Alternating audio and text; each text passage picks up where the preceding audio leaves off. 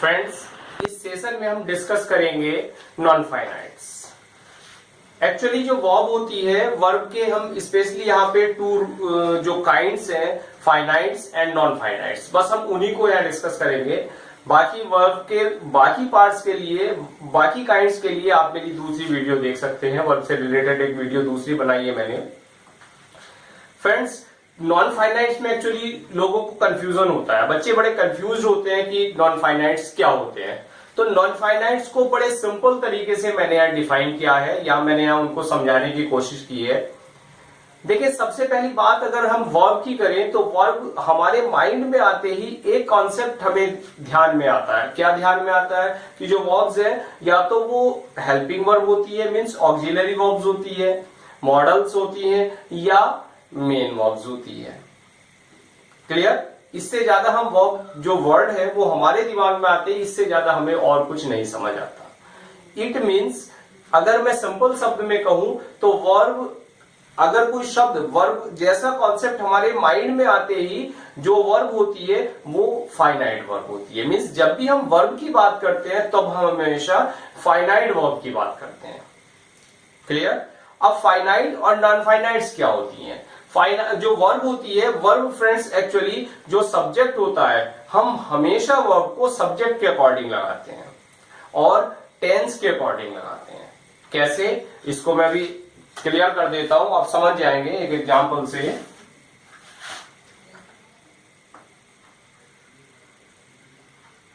He plays hockey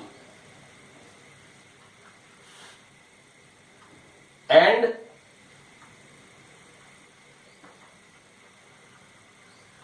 they play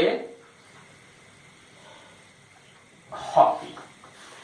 in दोनों sentence में बड़ी सिंपल सी बात है। अगर मैं कहूं कि सब्जेक्ट कहां है, तो ये ही और दे दोनों में सब्जेक्ट है। वर्ब की बात हो रही है तो ऑब्वियसली ये जो प्लेज और प्ले है ये वर्ब है। क्लियर? कहीं कोई प्रॉब्लम नहीं है। लेकिन इसमें मैं जो बात समझाने जा रहा हूं, उस बात को समझाने का मेरा मतलब यह है कि जो वर्ब है, ये वर्ब हमेशा इस सब्जेक्ट के अकॉर्डिंग हम लगाते हैं।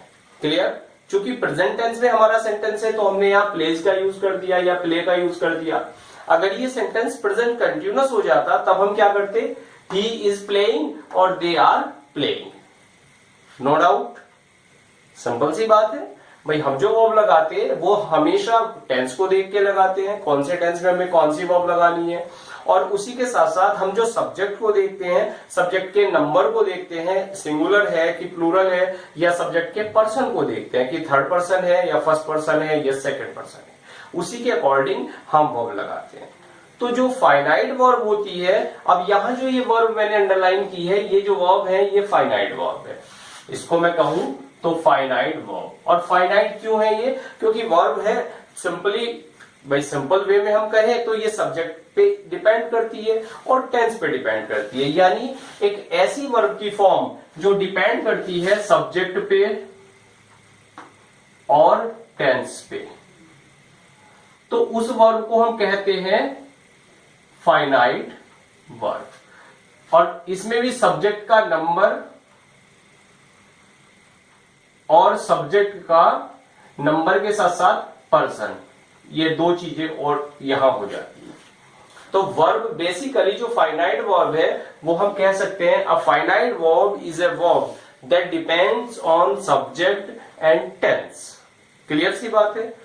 लेकिन अगर मैं कुछ और आपको एग्जांपल देना चाह रहा हूं, मैं अगर कहना चाह रहा हूं singing is my hobby, and अगर मैं कहूं सिंगिंग वॉज माई हॉबी, इन दोनों सेंटेंस पे जरा गौर करें।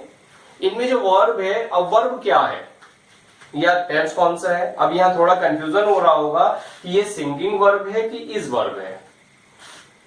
देखिए, यहां जो वर्ब है, वर्ब की अगर हम बात करें तो वर्ब यहां इज है और यहां वॉज है। क्लियर? ये जो इज और वॉज है ये टेंस के अकॉर्डिंग आए हैं। टेंस बदल जाने पर ये बदल गई। ये जो वर्ब है देखो, यहां इज प्रेजेंट टेंस है, ये पास्ट करते ही ये वॉज बदल गई। लेकिन यहाँ जो सिंगिंग है ये दोनों ही यहाँ टेंसेज में, दोनों ही सेंटेंस में यहाँ बना हुआ है। मीन्स कोई सा भी टेंस अगर हो, अगर मैं यहाँ फ्यूचर भी कर दूं तो ये सिंगिंग है, ये ऐसा ही लिखा रहेगा, इसमें कोई बदलाव नहीं होगा। एक और एग्जांपल से और क्लियर हो जाएगा आपको। आई लाइक रीडिंग नॉवेल्स, मुझे उपन्यास पढ़ना पसंद है। अगर फ्रेंड्स इस सेंटेंस में जो वर्ब की बात करें तो वर्ब देखें, एक लाइक भी हमें वर्ब नजर आ रही है और साथ साथ हमें ऐसा भी लग रहा है कि जैसे रीडिंग भी वर्ब है।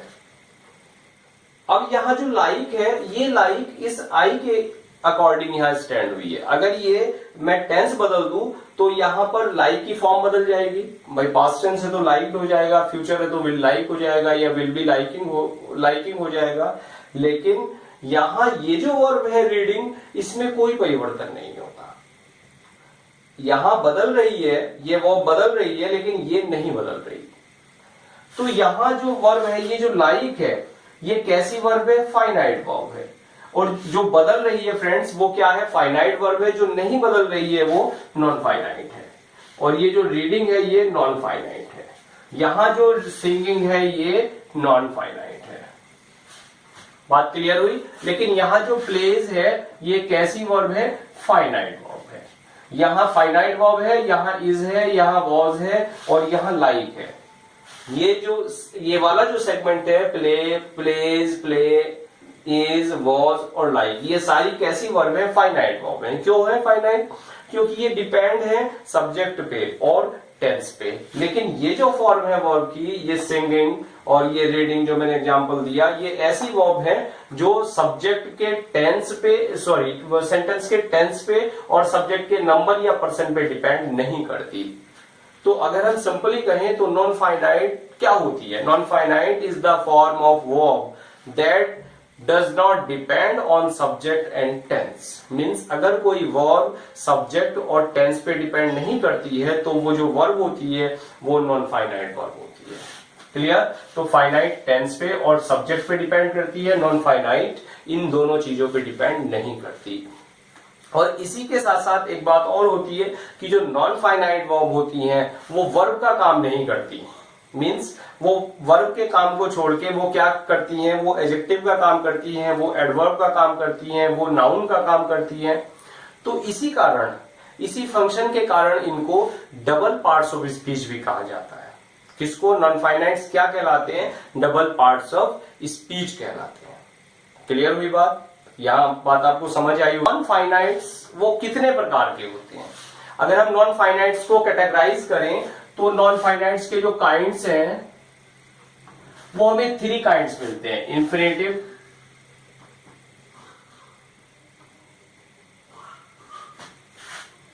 Gerund and participle. क्लियर? ये 3 काइंड्स होते हैं फ्रेंड्स नॉन फाइनाइट्स के। वो पहला है infinitive, second gerund and third participle. तो सबसे पहले हम जो डिस्कस करते हैं वो इंफिनिटिव को डिस्कस करते हैं। फ्रेंड्स इंफिनिटिव क्या होता है? इंफिनिटिव किसे कहते हैं?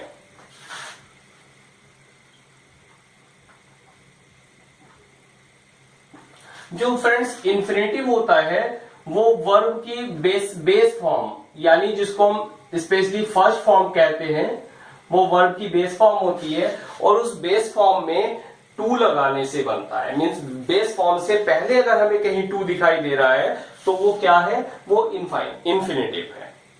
क्लियर? तो जो इंफिनिटिव है, इंफिनिटिव भी 2 प्रकार के होते हैं। अगर हम इसको आगे डिस्कस करें तो ये इंफिनिटिव भी 2 प्रकार के होते हैं। कौन कौन से 2 प्रकार के होते हैं? एक तो सिंपल इंफिनिटिव होते हैं,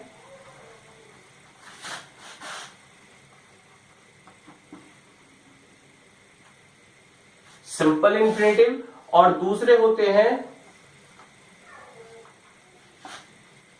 यस तो पहले तो सिंपल इंफिनिटिव होते हैं और दूसरे होते हैं जेरेंडियल इंफिनिटिव।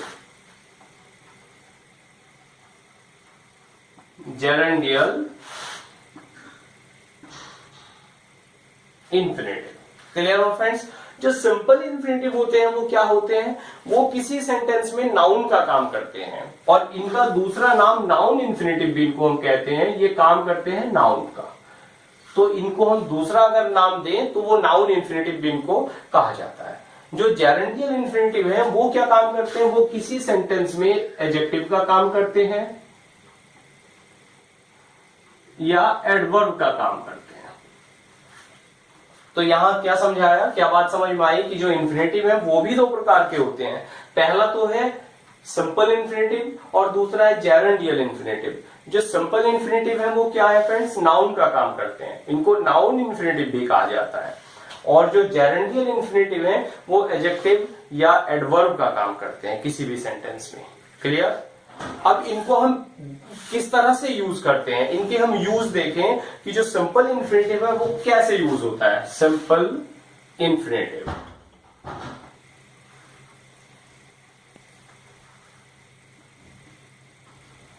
यस, तो फ्रेंड्स सिंपल इंफिनिटिव का यूज हम कैसे कर सकते हैं, किसी भी सेंटेंस में जो सिंपल इंफिनिटिव जो नाउन इंफिनिटिव है वो कैसे यूज होता है। सेंटेंस में ये काम क्या करता है बताया आपको भी, ये नाउन का काम करता है। और जो नाउन का काम करता है तो ये किस किस तरह से सेंटेंस में यूज हो सकता है, क्या क्या इसकी पोजीशन हो सकती है।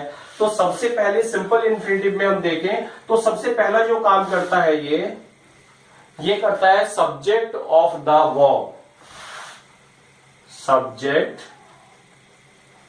ऑफ द वर्ब, यानी जो वर्ब है किसी भी सेंटेंस में जो वर्ब है यानी फाइनाइट वर्ब है, तो फाइनाइट वर्ब के सब्जेक्ट के रूप में ये काम करता है। जैसे to find fault is easy, एक एग्जांपल मैं देता हूं, to find fault is easy. Clear? कि जो दोष निकालना वो क्या है, आसान होता है। या to swim is a good exercise, जो तैरना है वो एक अच्छी एक्सरसाइज होती है। तो यहां जो ये काम कर रहा है देखें, जेरेंड का इंफिनिटिव कहां है, यहां है टू फाइंड, यहां टू स्विम है। और जो यहां वर्ब है, वर्ब क्या है फ्रेंड्स, इज और इज। तो इस वर्ब का जो है, इस वर्ब का ये सब्जेक्ट है, इस सब्जेक्ट का काम कर रहा है, और इसका फंक्शन क्या है, ये नाउन का काम कर रहा है, to find fault, to swim. Clear हो गई बात? यानी सिंपल इंफिनिटिव का पहला जो यूज हुआ वो हुआ सब्जेक्ट ऑफ द वर्ब, यानी ये वर्ब के सब्जेक्ट के रूप में काम करता है।